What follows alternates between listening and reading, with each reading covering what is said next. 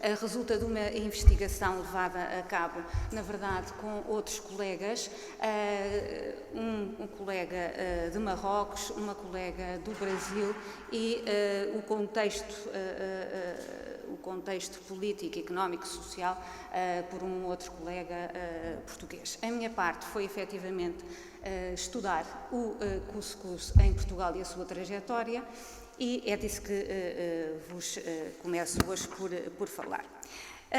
Depois da publicação da obra, houve uma novidade interessante para todos, muito particularmente para os apreciadores de cuscuz e para os países envolvidos. É que, efetivamente, em 2020, o cuscuz foi considerado Património Imaterial da Humanidade pela Unesco, o que é, naturalmente, de saudar. A Argélia, Marrocos, Mauritânia e Tunísia juntaram-se solicitando esta determinação, este reconhecimento por parte da Unesco e levaram-no a bom porto. Portanto, isso é interessante. Aquilo que se considerou não foi tanto o prato XYZ, portanto, mas leia-se aqui apenas cuscuz, não é apenas isso, mas, sobretudo, os modos de fazer. Modos plural, porque, efetivamente, vamos verificar que o tratamento do produto é mais ou menos semelhante, mas a construção dos pratos nem tanto.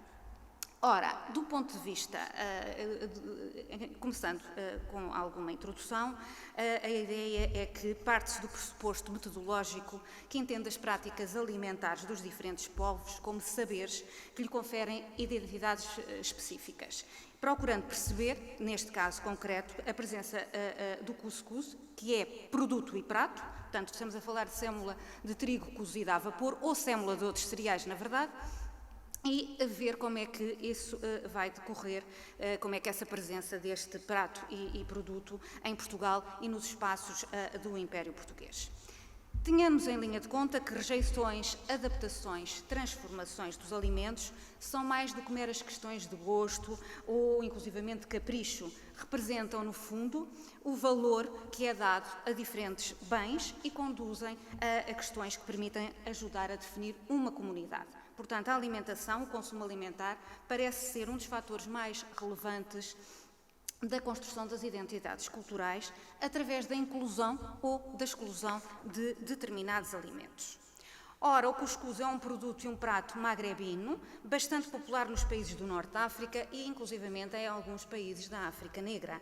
Trata-se de um preparado que se compõe, ainda não temos aqui o cuscuz propriamente dito, a não ser ali numa imagem mais pequena, mas é um produto e um prato que se compõe de pequenos grãos esféricos, como toda a gente conhece, obtidos a partir de um processo de enrolamento e de secagem da sémola do trigo duro, que vai nos dar pequenas bolinhas, pequenas esferas, que podem ser, do ponto de vista do produto, pequeno, médio ou grande. Para nós que compramos esses produtos no supermercado é basicamente tudo igual e não há escolha, mas este pequeno, médio ou grande, no que diz respeito ao grão, é assim na produção manual e tradicional. Há, inclusivamente, nos países do Norte da África e alguns da África Negra também, outro tipo de cuscuz que não apenas o de milho, não apenas o de trigo. Há, inclusivamente, o de cevada e o de farinha de milho, que, como vamos ver, terá impacto noutros espaços, nomeadamente espaços do antigo Império Português. É um prato importante e sem concorrentes, sem um segundo lugar ali muito próximo, em países como a Argélia, a Líbia, Marrocos, a Mauritânia e a Tunísia. E é também interessante notar que, em França, onde as comunidades de estrangeiros oriundos de África, e concretamente do Norte da África, têm imenso significado, os franceses, numa análise recente, refiro-me para aí a 2018 ou 2019, foi considerado o cuscuz como um dos pratos significativos na França, portanto, da atualidade. O que efetivamente é curioso e é interessante e que levou inclusivamente à adoção à fabricação, à produção de instrumentos, nomeadamente os cuscuzeiros, em marcas francesas bastante caras e que efetivamente contrasta com os cuscuzeiros que vos mostrarei daqui a pouco. Portanto, o cuscuz produzido a partir de farinhas de trigo, que é o mais consumido, mas também de milho, de cevada e de outros cereais, é comido de forma tradicional à mão, e aí aqui vem uma imagem, que é uma imagem absolutamente não efetivamente corresponder à prática dos habitantes locais, mas esta é uma imagem de turistas em viagem por Marrocos e onde se simulou efetivamente o ato de comer com as mãos. Mas, do ponto de vista tradicional, de facto, é comer sem recurso a talheres. Os talheres são utilizados sobretudo pelas gerações mais novas, as pessoas mais velhas, e do ponto de vista de manter o tradicional, é comer efetivamente com a mão. A preparação tradicional do cuscuz é feita pelas mulheres, é feita nos lares, e são as mulheres que vão manipular o preparado, desfazendo a sêmola, usando o vapor, antes de juntarem normalmente legumes variados e, eventualmente, carne sobretudo de dois animais, aves, nomeadamente galinha, frango e carneiro. Portanto, são normalmente estes os produtos utilizados. Utilizados em termos de carnes. Passas, canela, leite, por vezes açúcar ou mel, para os pratos de cuscuz doce, também são uma realidade. Em algumas aldeias e vilas destes países do Norte de África, nomeadamente das regiões do Atlas e do Saara, as famílias são grandes, próximas, e utilizam-se sobretudo pequenos moinhos manuais, denominados rá, de duas pedras. Não os encontro aqui. Eles não estão aqui. Peço-vos desculpa, mas não tenho essa imagem aqui. Já estão a ver aqui outras que não era para ver já, mas olhem. Pronto, não está. Mas acreditam certamente em mim, portanto, uns moinhos muito rudimentares que são manipulados pelas mulheres e que são ou de pedra ou de madeira, ou articulando pedra e madeira, e que são aquilo que lhes vai permitir moer os cereais à mão. Este moinho é habitualmente colocado num pátio ou num espaço qualquer da casa, normalmente ou sobre uma pele de carneiro ou sobre um tapete de vimes, e é, de facto, manipulado pelas mulheres. Enquanto se vão moendo os cereais de forma tradicional, há também um conjunto de práticas interessantes nestes espaços, nomeadamente com as mulheres a cantar, canções do folclore local, evidentemente, e que é uma forma de, enfim, fazer face à monotonia desta atividade. Também pausas que são feitas exatamente para tomar, por exemplo, infusões de menta, conversar um pouco, como é evidente. Isto particularmente quer no deserto, quer na montanha. O cuscuz, portanto, obtido de várias espécies de cereais, basicamente consiste a sua obtenção em desfazer os grãos, tornar a desfazê-los até atingirem um estado de maturação e de cozimento a vapor, o que implica sempre a capacidade manual de trabalhar. Após o cozimento desta sêmola, que é sempre um cozimento a vapor, fica adequado para a preparação dos diferentes pratos, doces ou salgados, e pode, portanto, ser consumido doce ou salgado, portanto, com um conjunto variável de produtos. Em alguns casos, alguns pratos de cuscuz têm também ervas e particularmente ervas medicinais. Tudo isso está naturalmente documentado.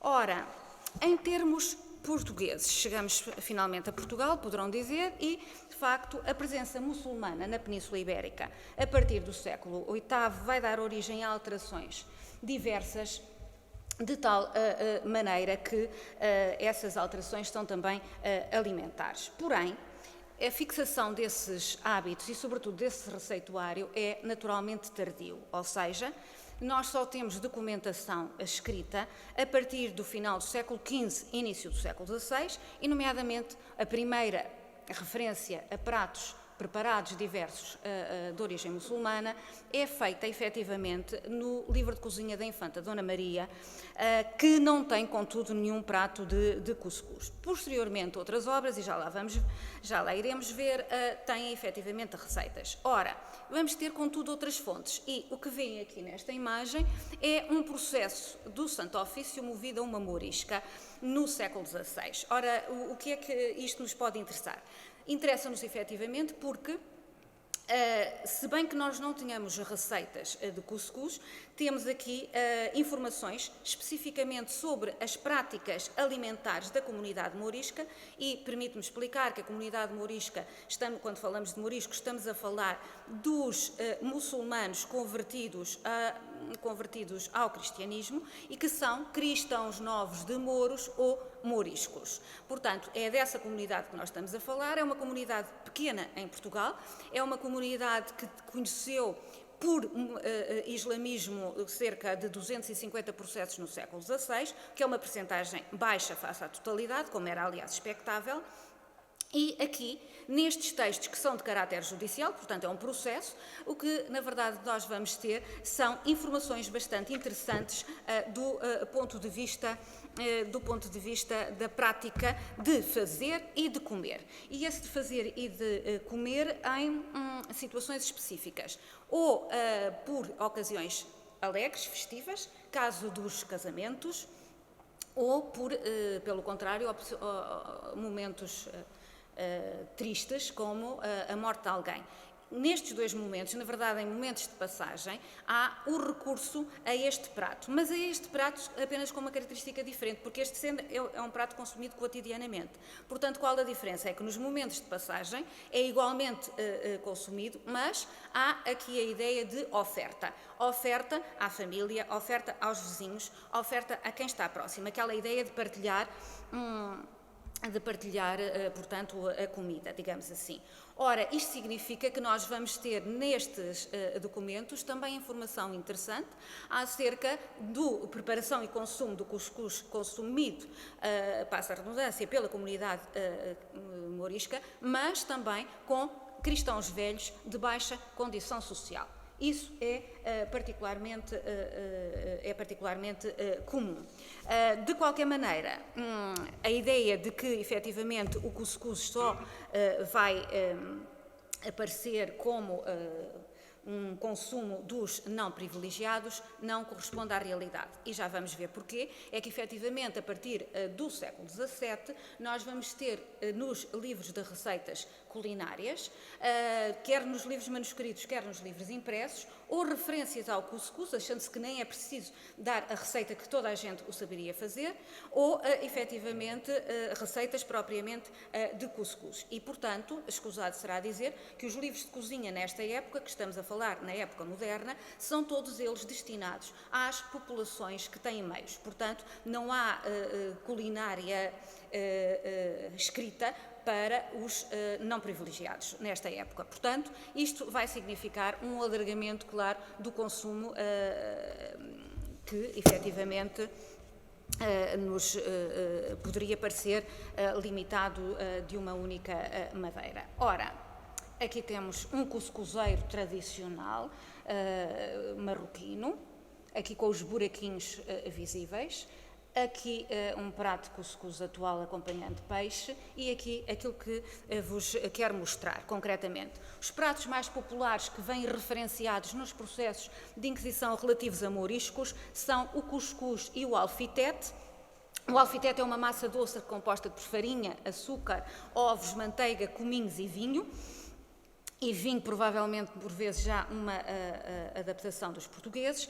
E nessa massa se colocava ou não, mas por vezes se colocava a galinha ou o carneiro. E reparem, as celebrações em momentos de passagem, e aqui nós temos, por exemplo, uma festa de casamento em que uma família morisca consumiu cuscuz e alfitete.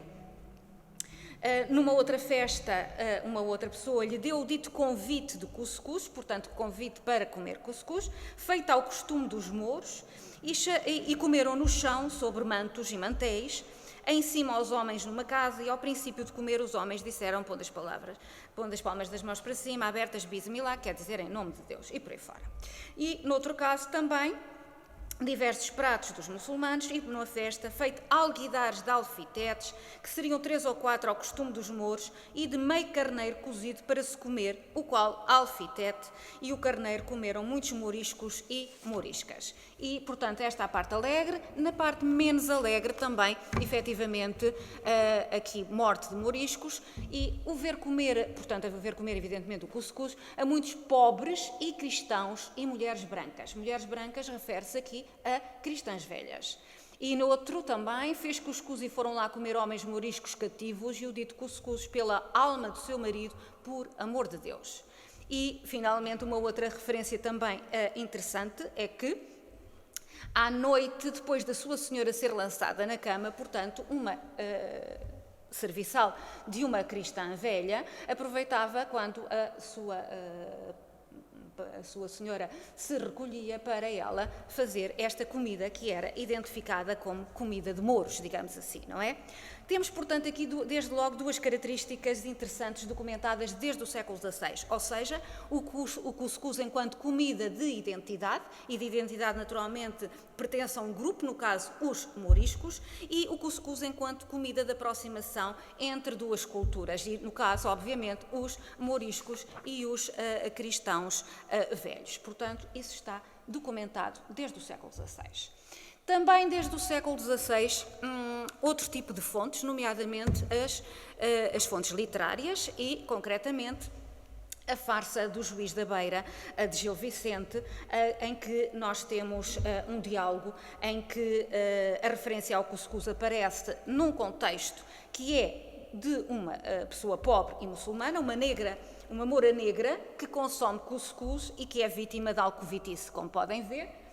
Aqui presente, portanto, escudeiro, foi a boa dade dela, e ao primeiro recado disse, dai-me outro cruzado, que prazenda madanela, logo sereis avisado. Deus querendo muito prestes, porque aquele que me destes, em cuscuz o comeu ela. E se vós quereis vencê-la, andem os dinheiros bastos e não receeis os gastos, em tal moça como aquela, etc. Não é? Portanto, a referência ao cuscuz num contexto expectável, portanto, de uma morisca pobre.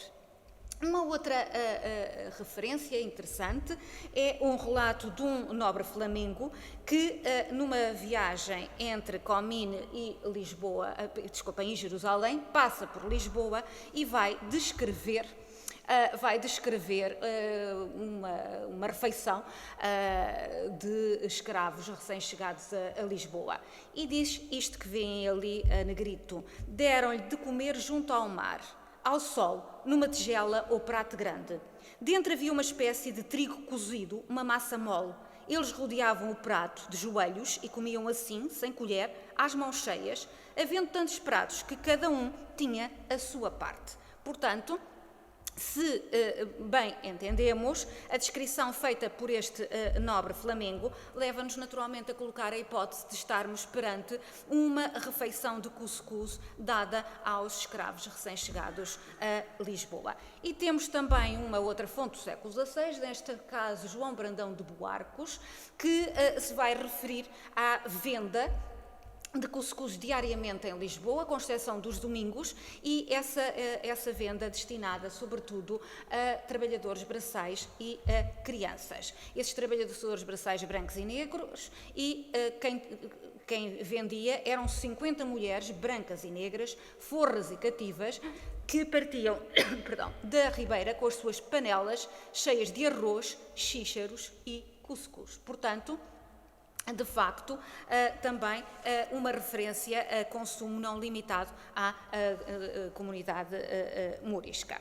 Se avançarmos e formos ver no que diz respeito aos livros de cozinhas impressos em Portugal, o primeiro dele é exatamente a Arte de Cozinha de Domingos Rodrigues, cuja primeira edição é de 1680, e nesta obra não se dá de facto a receita de cuscuz, mas ela é referida em vários momentos.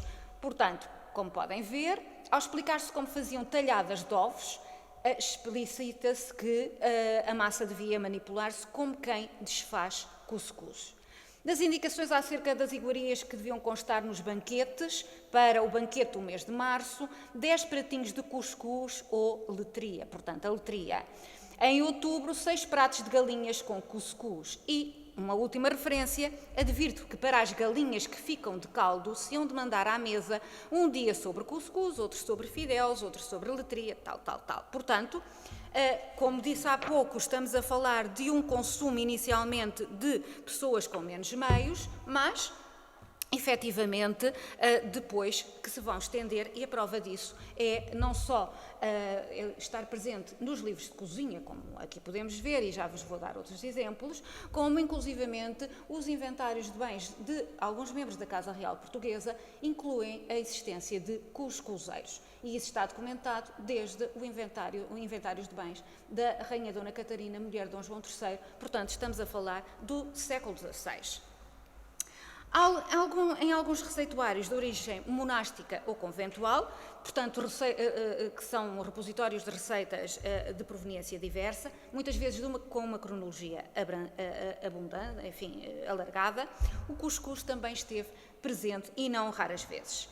A primeira referência nestes casos que eu encontrei refere-se à Livraria dos Beneditinos de Tibães, e onde aparece uma receita de cuscuz, a qual também aparece repetida no caderno de refeitório, um manuscrito do século XVIII, que copia bastante este manuscrito de Timbães. Neste caso, o caderno de refeitório, não sabemos a que casa religiosa pertenceu e, portanto, conhecemos-lo apenas sem essa referência. Em ambas as receitas temos expressões interessantes, como aquelas que podem ver aqui.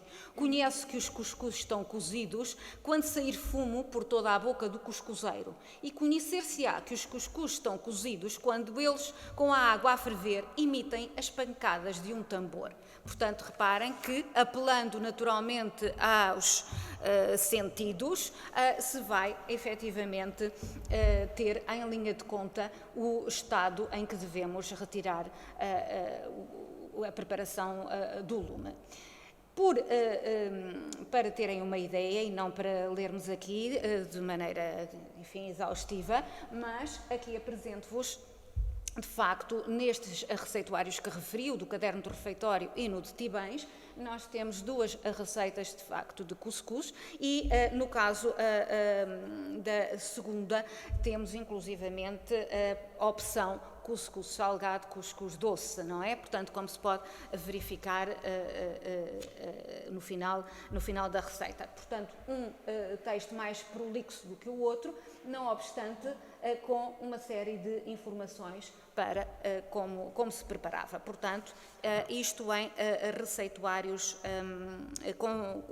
de origem conventual. Também, num outro, o livro de receitas de cozinha, de cosméticos e mezinhas de um outro religioso, neste caso Frei Manuel Santa Teresa, um franciscano, uma receita do século XVIII.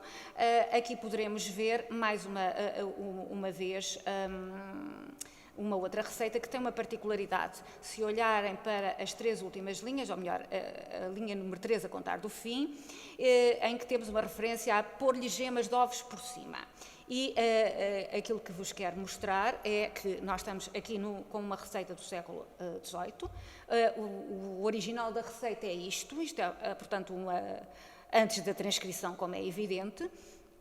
E, de facto, aquilo que eu acho que é particularmente interessante é que como podem ver nesta imagem, é um cuscuz de carne de camela com favas, acompanhado por ovos duros e preparado à base de vários cereais. Estamos a falar de uma realidade do século XXI, num concurso de cuscuz, algures no Magrebe, e onde temos, efetivamente, não na nossa receita, e vou andar para trás, não na nossa receita, aqui não temos, evidentemente, carne de camela, mas temos os ovos duros, portanto, os ovos cozidos por cima. Portanto, uma prática que ainda hoje, efetivamente, acontece. Portanto, não deixa, efetivamente, de ser particularmente interessante.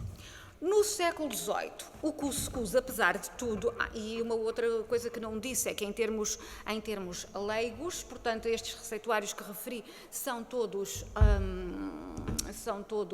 de espaços conventuais ou monásticos. Em termos leigos, a primeira referência ao cuscuz é de um receituário que recentemente publicámos há um mês ou dois, que é exatamente o livro de cozinha de Francisco Borges Henriques, em que temos a primeira receita num livro de leigos. Ora bem, no século XVIII, não obstante estas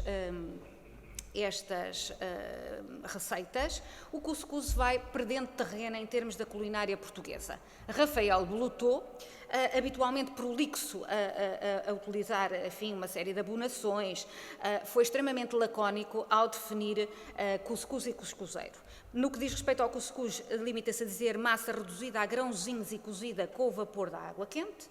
E quanto ao cuscuzeiro, tigela de fogo mais alta do que as ordinárias, portanto, do que as vulgares, acabando sempre mais estreita para o fundo, cheia de buraquinhos para cozer cuscuz. Ora, o que nós vamos ter é que, de facto, no continente as receitas continuam, mas nós não temos muito mais informações. Situação diferente acontece na Ilha da Madeira. Prepara-se a cuscuz, continua-se a preparar. Na alimentação dos dias festivos, nos espaços conventuais, nomeadamente no convento feminino da Encarnação e no convento do Espírito Santo, aparecem-nos, sobretudo nos dias festivos, preparações de cuscuz até tarde e aqui, de facto, se no continente parece o cuscuz estar a perder terreno, na Madeira essa produção e consumo parece ter continuado. Inclusivamente, na atualidade, o cuscuz faz parte da lista oficial dos produtos portugueses da zona.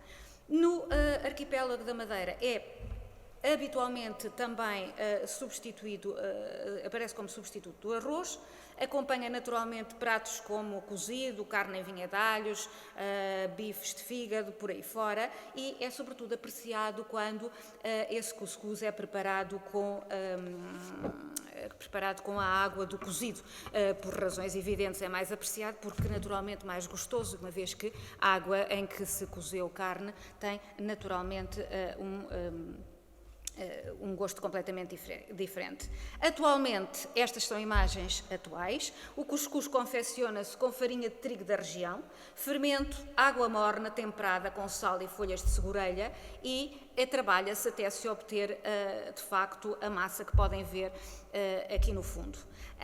Portanto, coloca-se no cuscuzeiro que tem este aspecto, sobre uma panela de água quente e depois, cerca de 2 horas depois, retira-se e tem o aspecto que vêem. Aquelas partes mais escuras são as da segurelha. Desde 2014, na Ilha da Madeira, concretamente nos Lameiros, São Vicente, há uma iniciativa interessante do pároco local no sentido de tentar que o reconhecimento do cuscuz da Madeira, valorizando, portanto, o produto com certificação de origem. Este movimento começou em 2015 e, que eu saiba, ainda isso não foi conseguido. A única coisa que vos posso dizer é que este cuscuz, cujo tratamento aqui também podem ver, tem efetivamente características bem diferentes daquelas do cuscuz que nós compramos industrialmente, e o sabor também é naturalmente diferenciado. Também em Trás-os-Montes, uma outra especificidade, manteve-se igualmente a preparação de cuscuz, mas com uma outra designação. Em Trás-os-Montes é referido como cuscuz. Não se sabe quando teve início esta preparação, presume-se que bastante cedo, naturalmente por influência muçulmana ou diretamente ou por mediação. Preparava-se nesta zona com o trigo barbela, que é uma variedade de trigo mole que se adapta muito bem às condições da região, que é uma região muito fria, como sabemos, e de facto o cuscuz transmontano prepara-se evidentemente da mesma maneira que temos vindo a falar. Acabado de cozer a vapor, tem também uma outra designação, é conhecido como carola. Portanto, Trás-os-Montes, a mesma prática, mas duas designações diferentes, duas palavras que não se utilizam noutros espaços. Em Trás-os-Montes usa-se sobretudo em pequenos almoços e lanches, o que também vai acontecer noutros espaços, outrora pertencentes a Portugal, como já veremos. E a prática mais corrente é consumi-lo ou com açúcar ou com mel. Portanto, algo menos substancial, não um prato propriamente, mas mais um acompanhamento para pequeno almoço, enfim, um elemento de pequeno almoço ou de lanche. Também, paralelamente a esse, cuscuz de tomatada e uma espécie de cuscos reais, portanto, nunca se dizem, lá não dizem cuscuz, dizem cuscos de tomatada e cuscos reais, que se assemelham bastante ao cuscuz real marroquino. Nos espaços, aqui um cuscuz preparado na atualidade, num restaurante étnico, portanto, num restaurante marroquino. Nos espaços do Império Português, nós vamos ter outras realidades. Onde não havia trigo, ou onde era escasso, a opção foi do uso de outro cereal e, basicamente, a grande opção foi o milho. Essa situação verificou-se quer em Cabo Verde, na Guiné, quer no Brasil. Portanto, Cabo Verde, Guiné e Brasil, espaços onde ou não há trigo ou ele é muito escasso, a opção foi, efetivamente, preparar cuscuz de milho. Em Cabo Verde é comum com mel ou com açúcar, como acabei de referir relativamente a Trás-os-Montes, é apresentado ou em fatias ou em quadradinhos e consumido sobretudo na véspera de quarta-feira de cinzas ou como uma guloseima frequente, inclusivamente utilizando leite, açúcar, manteiga, comendo dessa maneira. Guiné-Bissau, a mesma prática, mas na atualidade algumas pessoas a consumirem estas fatias ou estes quadradinhos de cuscuz com iogurte, naturalmente, uma prática da atualidade, dado que o iogurte, como sabemos, não é propriamente antigo. No Brasil é um prato comum, mas com muitas especificidades. Tendo em conta a presença secular do cuscuz no norte da África e em algumas partes da África negra, sabendo-se do peso da presença de escravos no território brasileiro, mas não havendo, contudo, mouriscos no território brasileiro, ora, podemos supor mais do que provar, portanto, podemos colocar como hipótese que o cuscuz para o Brasil terá chegado via população negra, via escravos. Mas atendendo a que a presença do cuscuz em Portugal terá, evidentemente, remontado à Idade Média, aparentemente, com uma continuidade que não existiu ou existiu e não está documentada, sendo reintroduzido claramente, ou pelo menos incentivado e muito mais visível, com a presença de mouriscos em Portugal, podemos igualmente supor que uma via ou outra via de introdução do cuscuz no Brasil tenha sido através dos portugueses, portanto, através da mediação dos portugueses. Não temos, até ao momento, capacidade de provar nenhuma das duas hipóteses. Portanto, apresentam-se como hipóteses, uma não exclui inclusivamente a outra, mas veremos se é possível alguma vez perceber essa situação. Independentemente destes percursos, via mediação portuguesa ou via escravos africanos, há algo que vem, efetivamente, enfim, fazer uma diferença substancial no cuscuz do Brasil, que é a presença de comunidades sírio-libanesas desde o final do século XIX. Ora, essas comunidades sírio-libanesas que se vão espalhar por várias zonas do país, de facto, do Brasil, vão, pelo menos, se não dar continuidade, vão reintroduzir o cuscuz, que efetivamente vai ter características diversas. É à base de sêmola de milho, mas efetivamente temos variações. O cuscuz paulista é um dos cuscuz mais conhecidos. Preparado naturalmente com milho, inclui ovos, galinha, palmito, pimentão, tomate e, em substituição da galinha, camarão ou peixe. Normalmente, ou galinha ou camarão. É um cuscuz que é enformado e depois se retira da forma, fica com um ar de pudim, digamos assim. O cuscuz branco ou cuscuz de tapioca tem um espaço privilegiado, que é a baía. É preparado, neste caso, não com o milho, mas fécula de mandioca e apreciado tanto na versão salgada como na versão doce. Em qualquer dos casos, é preparado e colocado numa forma posteriormente desenformado. O caso do cuscuz salgado, recheado com azeitonas, alguns peixes, palmito, é algo que o aproxima do cuscuz paulista. Já o cuscuz doce é com açúcar, coco, leite de coco e, portanto, é algo que se assemelha a um pudim, digamos assim. No Nordeste, cuscuz de milharina, feito com flocos de milho e facilmente encontrados no supermercado, portanto, sem grandes dificuldades. Cozido em água e sal, panela própria, portanto um cuscuzeiro que no Brasil passou ao feminino e é designado como cuscuzeira, servido com ovos mexidos, manteiga de garrafa, portanto manteiga líquida, ou com leite e açúcar.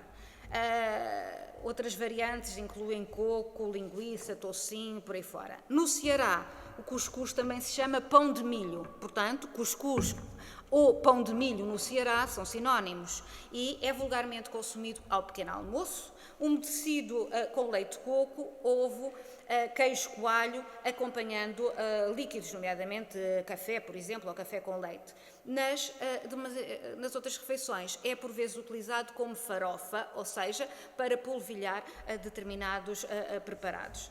Portanto, o que temos aqui é o seguinte: na falta de trigo, tal como acontece em Cabo Verde e na Guiné, a escolha de um outro cereal alternativo permite, através da utilização de uma técnica ancestral, conquistar naturalmente o gosto dos cabo-verdianos, dos guineenses e dos brasileiros, evidentemente. Não se consegue provar a continuidade da preparação do cuscuz desde o século XVI, mas, efetivamente, há momentos em que ele está amplamente documentado e, no caso do Brasil, é de facto da segunda metade do século XIX, com a presença desta comunidade sírio-libanesa, que, a partir de São Paulo para norte, sobretudo, que temos, de facto, esta popularização desta realidade. Finalmente, duas notas. Uma diz respeito ao facto de, atualmente, nós termos em Portugal N marcas, tem aqui alguns exemplos, marcas nacionais e estrangeiras em que se encontram nos supermercados, facilmente, em que faz parte, os preparados de cuscuz fazem parte do cotidiano de muitas pessoas e, em termos de chefes com estrelas Michelin, é de facto Henrique Sá Pessoa o chefe que mais tem influência, apesar de não se ter formado lá Marrocos, não ter passado nenhuma formação por Marrocos, é um chefe profundamente influenciado por preparados de origem magrebina, digamos assim. Eu não queria agora, o senhor queria sair daqui, mas pronto, também, enfim, não há problema. Bom, adiante. Outro aspecto, portanto, é que aquilo que nós consumimos habitualmente... Não consigo sair daqui. Aquilo que nós consumimos habitualmente, tirando efetivamente o caso da preparação transmontana e do caso da preparação madeirense, aquilo que nós consumimos habitualmente é o produto industrializado, o que acontece inclusivamente em alguns países do Magreb com grande frequência nas grandes cidades, evidentemente. Portanto, algo que, mesmo indo ao Magreb, não é efetivamente fácil poder saborear a preparação feita, manipulada de forma tradicional. E, finalmente, uma chamada de atenção para o seguinte: as receitas no Magreb passaram sistematicamente, nós estamos a falar do presente, não é? Foram passando sistematicamente via oral.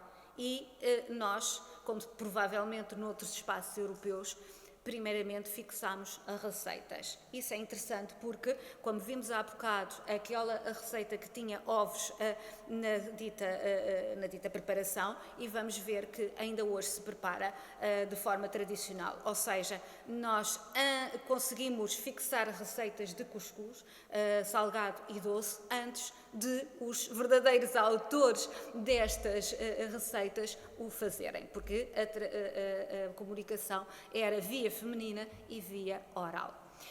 Bom, creio que basicamente era isto que vos queria dizer. Eu não sei quanto tempo falei, espero não vos ter aborrecido muito, mas estou naturalmente disponível para as perguntas que queiram colocar. Espero poder responder-vos, saber responder-vos.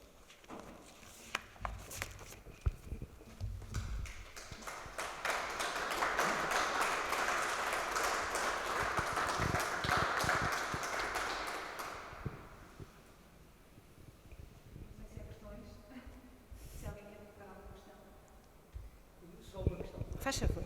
Esta comunidade, portanto, as comunidades sírio-libanesas que levaram para o Brasil, portanto, também a prática do cuscuz, quer dizer que não só no Magreb, mas portanto, no mundo árabe também existe o cuscuz também, portanto, na zona da Palestina, Médio Oriente, também existe o consumo, o cuscuz também é tradicional. Também aparece, exatamente. Também, pronto. Portanto, Síria e Líbano. Sim.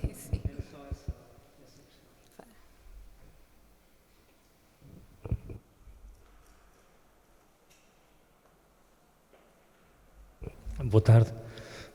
Ora bem, eu tinha aqui uma pergunta e uma nota só. A pergunta vem logo desde o início, que é porque é que o cuscuz, que é uma coisa palpável e que se come e que se digere e por aí fora, foi considerado um bem imaterial.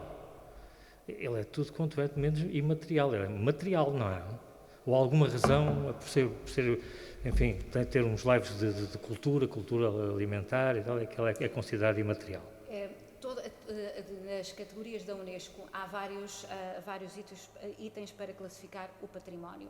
E o património imaterial é todo aquele que efetivamente desaparece, ou seja, teremos aqui agora um prato de cuscuz ou um pacote de cuscuz, mas ao prepará-lo e ao consumi-lo ele desaparece. Portanto, o imaterial tem a ver com isto, como por exemplo, quando estamos a falar de cantigas tradicionais, de música, ela tem um princípio, um meio e um fim, ou seja, nunca é igual.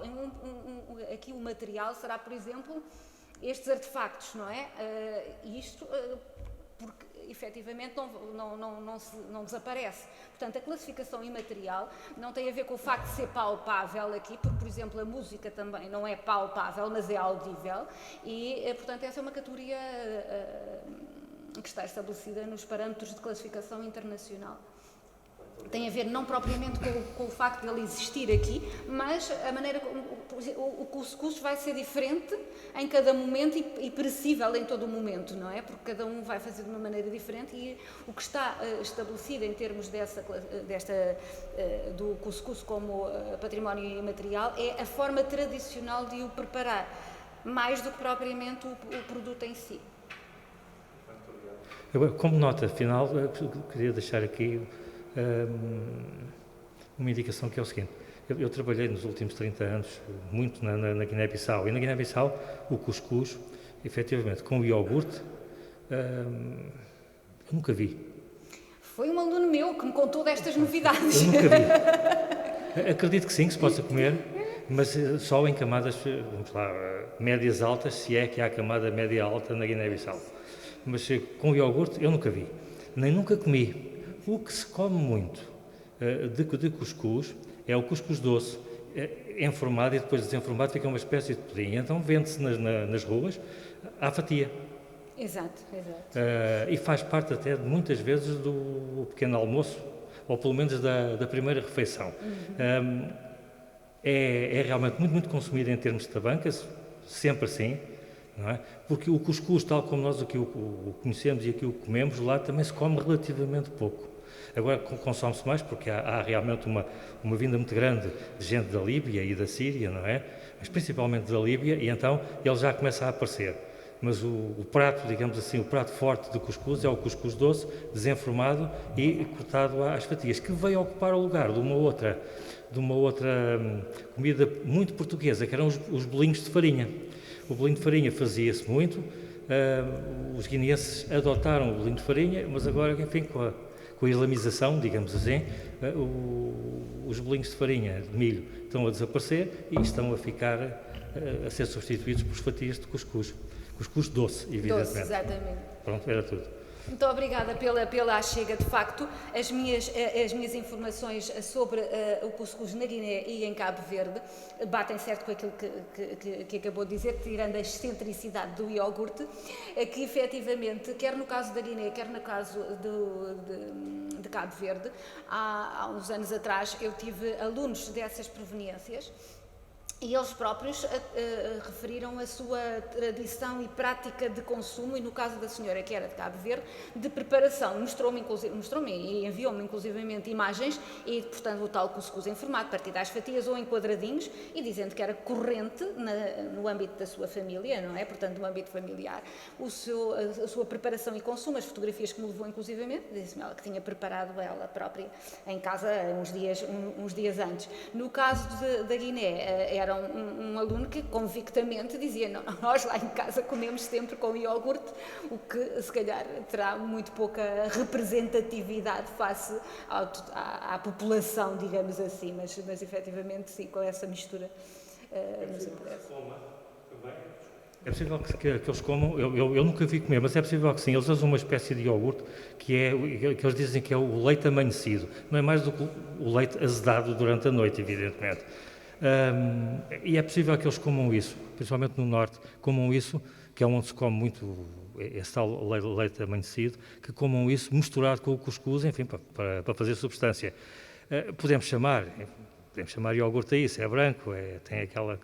Porque iogurte não pode ser, porque não há energia elétrica na maior parte dos sítios, portanto aquilo não se conserva, não é? E ao fim de um dia e meio, temos iogurte amanhecido e não iogurte a sério, não é? Esse de facto.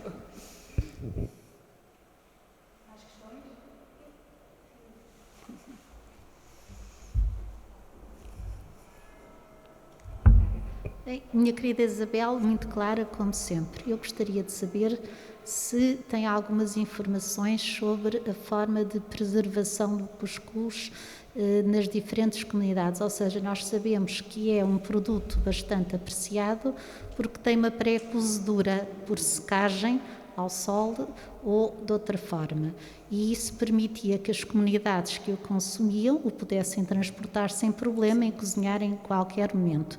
Eu gostaria de saber se na sua investigação descobriu diferenças na forma de preparar em função do tempo que gostariam que ele permanecesse, sei lá, 6 meses, eu não sei, eu não faço ideia, e é algo que a mim me suscita bastante interesse, porque, enfim, quem se move, e nós sabemos que as tribos do norte da África não eram propriamente, inicialmente, muito sedentárias, é natural que preparassem, levassem consigo, porque era de fácil consumo parar, deitar água, amassar um bocadinho mais e fazer mais qualquer coisa.